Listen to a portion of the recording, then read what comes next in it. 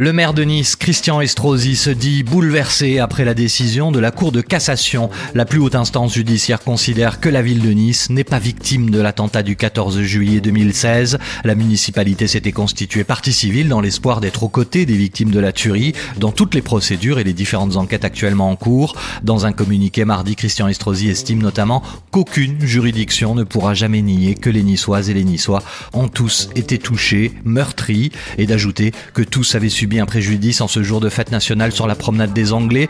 Concrètement, fin janvier, la chambre de l'instruction de la Cour d'appel de Paris avait déjà donné raison au parquet antiterroriste. Lui-même avait fait appel de la décision en 2017 du juge d'instruction Claude Choquet, qui avait jugé recevable la constitution de partie civile de la ville de Nice. C'est dans ce contexte que Christian Estrosi annonce qu'il continuera, je cite, à se battre aux côtés des victimes pour que toute la lumière soit faite sur les circonstances de l'attentat. Ce 14 juillet 2016, 86 personnes ont été tuées. Il y a aussi eu 458 blessés et un sentiment d'horreur partout à travers la ville et aux quatre coins du monde. L'attaque au camion bélier avait été revendiquée 2 jours plus tard, le 16 juillet, par le groupe État islamique.